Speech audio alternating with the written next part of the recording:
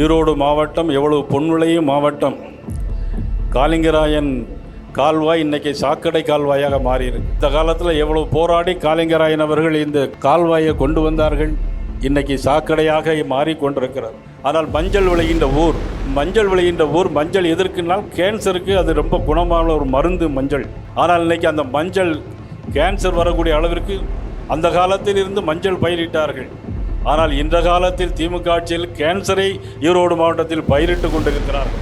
இங்கு அதிகமாக ஒவ்வொருவருடைய இதயத்திலும் இன்னைக்கு ஒவ்வொருடைய உடம்பிலும் இந்த தண்ணீரை குடித்தால் கேன்சர் வரக்கூடிய அளவிற்கு மோசமான ஒரு சூழ்நிலை. பல்கலைக்கழகம் கொண்டு வருவோம் என்று சொன்னார்கள். கொண்டு வந்தார்களா? தேர்தல் வாக்குறுதியிலே சொன்னது பல்கலைக்கழகம் ஈரோடு மாவட்டத்திற்கு வந்திருக்கிறதா? வரல. இங்கு பொல்லானுக்கு செலவு வைப்போம் என்று சொன்னார்கள். செய்திருக்கிறார்களா? எந்ததும் செய்யலை.